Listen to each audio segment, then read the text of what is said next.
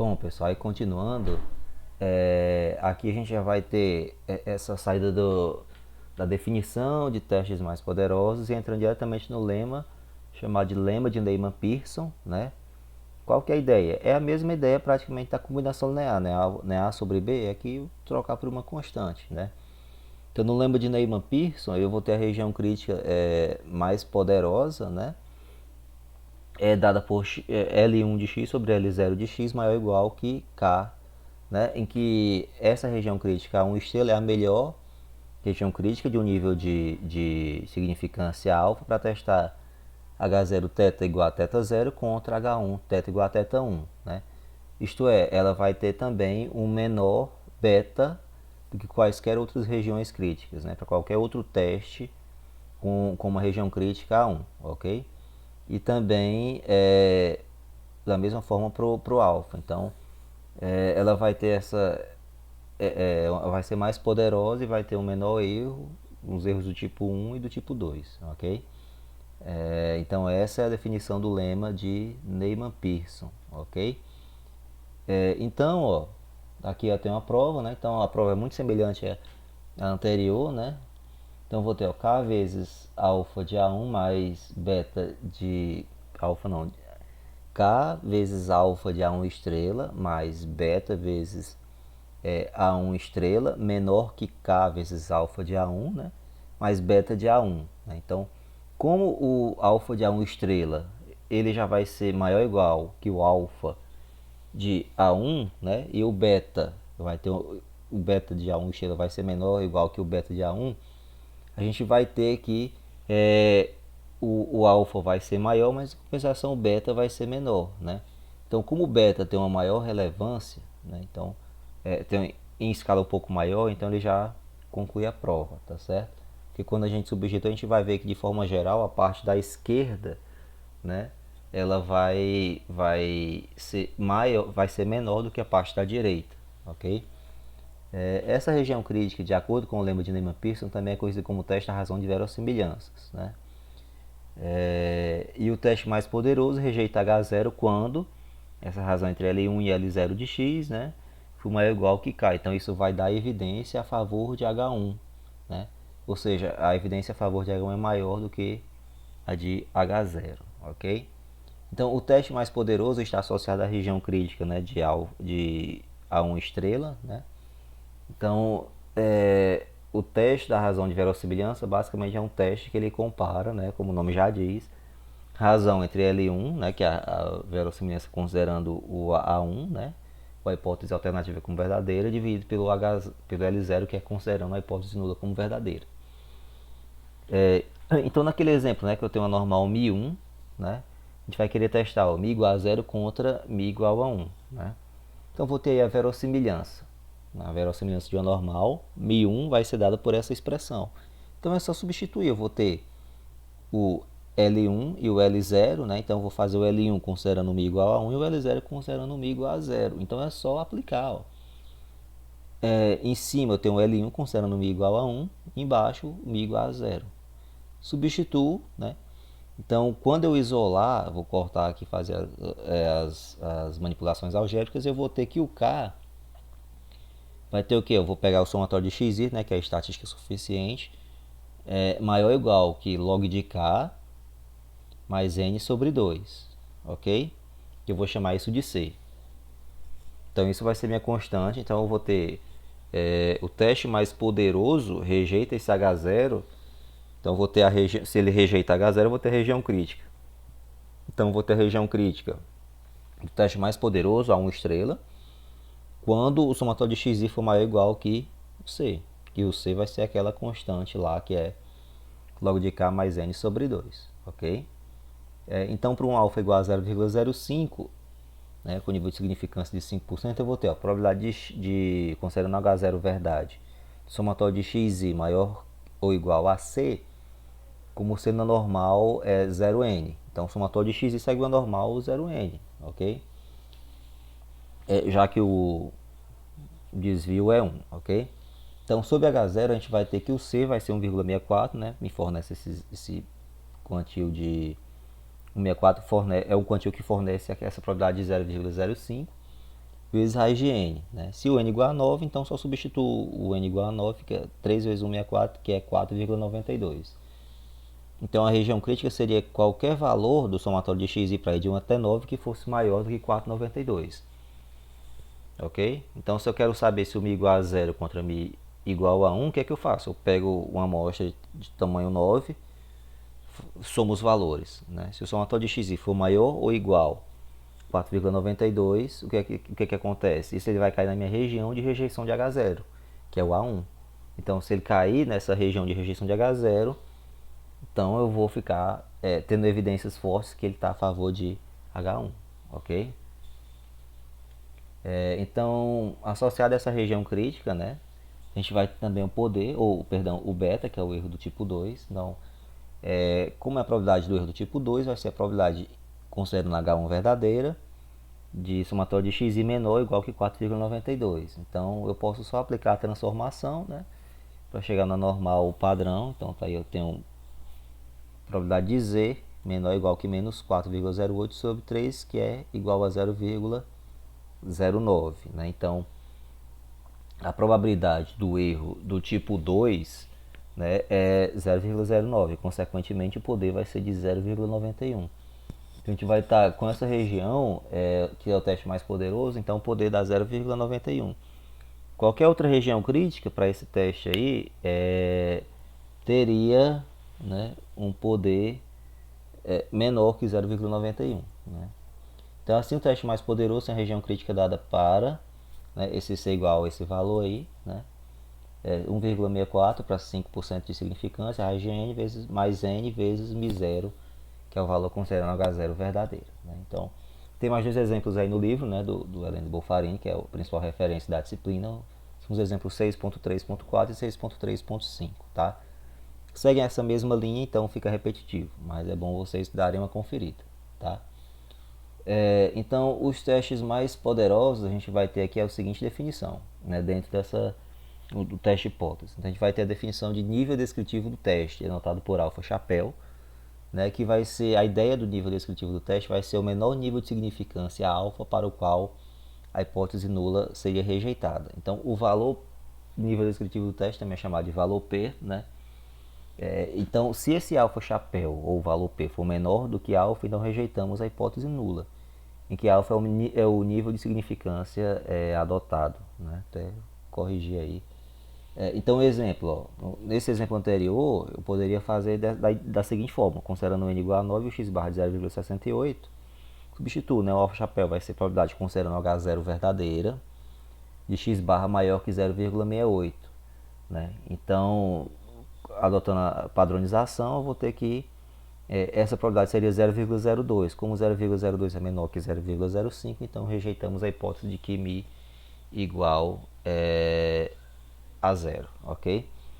Então lembrando que perdão, o alfa chapéu ou valor P e o alfa, eles têm sempre a suposição de H0 verdadeira. Então você compara sempre o valor P com o alfa, porque os dois têm o mesmo fator que condiciona, né? Ou seja, H0 é considerada verdadeira, ok? Outra coisa, o teste, além de ser mais poderoso, ele pode ser uniformemente mais poderoso. Então o que acontece? O teste é de ser mais poderoso quando eu tenho praticamente duas hipóteses simples, né? Só que quando eu tenho algumas situações em que eu tenha simples contra alternativa, alternativa contra, simples contra hipótese composta, composta contra simples ou composta contra composta, eu tenho que o teste é uniformemente mais poderoso, ok? Então, ó, o teste de região crítica A1 estrela é de ser uniformemente mais poderoso para testar H0, θ igual a θ0 contra H1, θ pertencente a θ1, se ele é mais poderoso para testar H0, θ igual a θ0 contra H1, θ igual a θ1 para qualquer θ1 pertencente ao θ1, o espaço paramétrico da decisão, né, A1. Né? Então destaca-se ainda que a região crítica A1 estrela não pode depender particularmente de θ1, né, que pertence ao espaço θ1. Né? Então, por exemplo, seja uma amostra aleatória, né, de tamanho n, da variável aleatória x, μ1, né, é o mesmo exemplo. Então, se a gente vai ter essa hipótese H0, μ0, μ igual a zero contra Mi maior que zero, que seria equivalente a dizer que é o Mi igual a 1, e esse Mi1 é maior que zero, né? Então eu vou ter aqui o θ1, né, o espaço paramétrico da região A1 vai ser Mi maior que zero, né? Então, por exemplo, nesse exemplo abordado, a gente já viu que essa região crítica para normal Mi1 vai ser, ó, A1 estrela, que é mais poderosa, somatório de xi maior ou igual que C, né? Então, como A1 estrela não depende de um Mi1 particular, então, pela definição, ela já é a região crítica para um teste mais poderoso. Porque qualquer que seja o valor de Mi, né, maior do que zero, né, todos esses valores vão pertencer à mesma região crítica. Então, como para todos eles eu vou ter um teste mais poderoso, então uniformemente o teste para essa região crítica vai ser mais poderoso, tá? Isso considerando uma hipótese simples nula, né, contra a hipótese alternativa composta, né?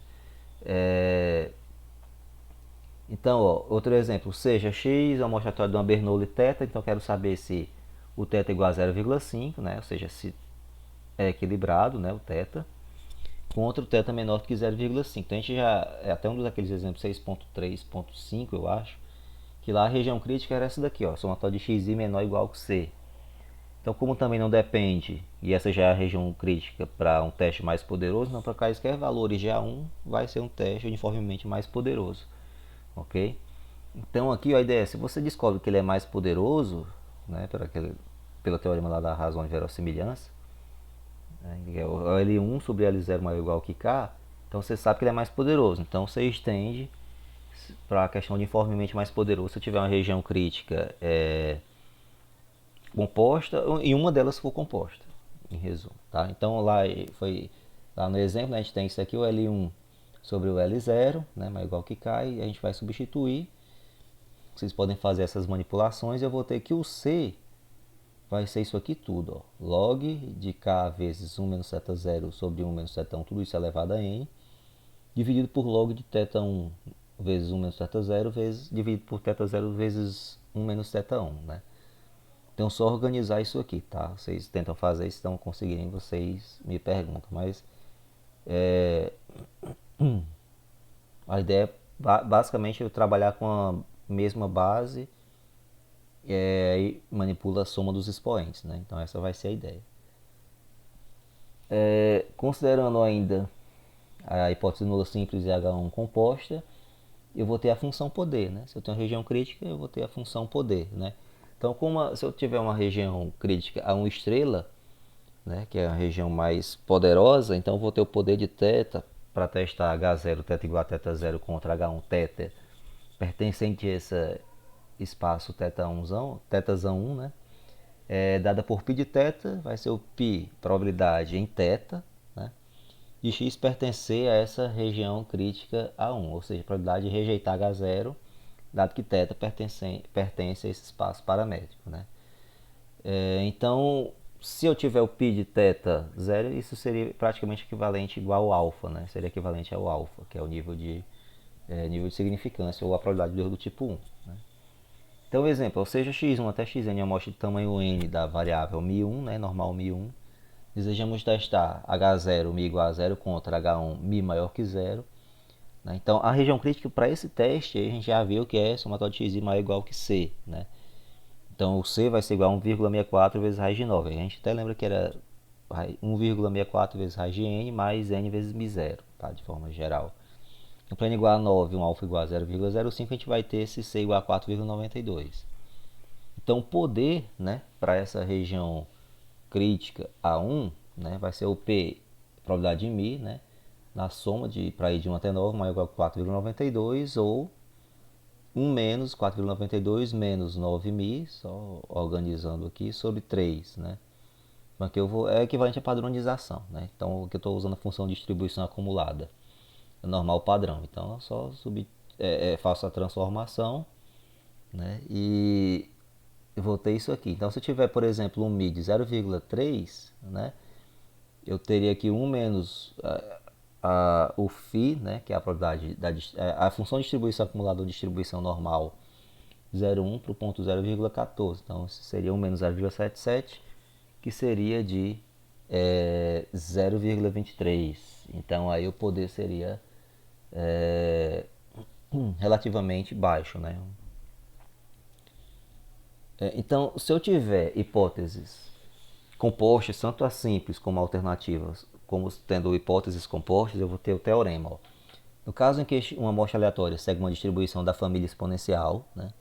Mas o uso é para a família exponencial, temos que o teste uniformemente mais poderoso para testar H0 θ igual a θ0 contra, né, θ maior que θ0 é também uniformemente mais poderoso para testar H0 θ menor ou igual que θ0 contra H1 θ maior que θ0. Então, teste uniformemente mais poderoso para testar a hipótese contrária, né, ou seja, H0 θ igual a θ0 contra θ menor que θ0 é também uniformemente mais poderoso para testar H0 θ maior ou igual que θ0 contra H1 θ menor que θ0. Isso é praticamente um trava-língua, né? Mas em resumo, se você tem igual contra menor e ele é mais poderoso, ele é equivalente a ser mais poderoso para menor contra maior, né?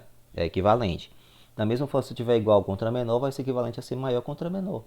Então, por isso que muitas vezes a gente vai fazer um teste de posse, a gente não coloca lá Mi maior contra Mi menor igual. A gente coloca igual e a hipótese alternativa que vai dizer, porque como o teste é mais poderoso, a gente já consegue identificar isso diretamente, né? Então, ó, seja x1 até xn uma amostra aleatória de x normal mi1, né?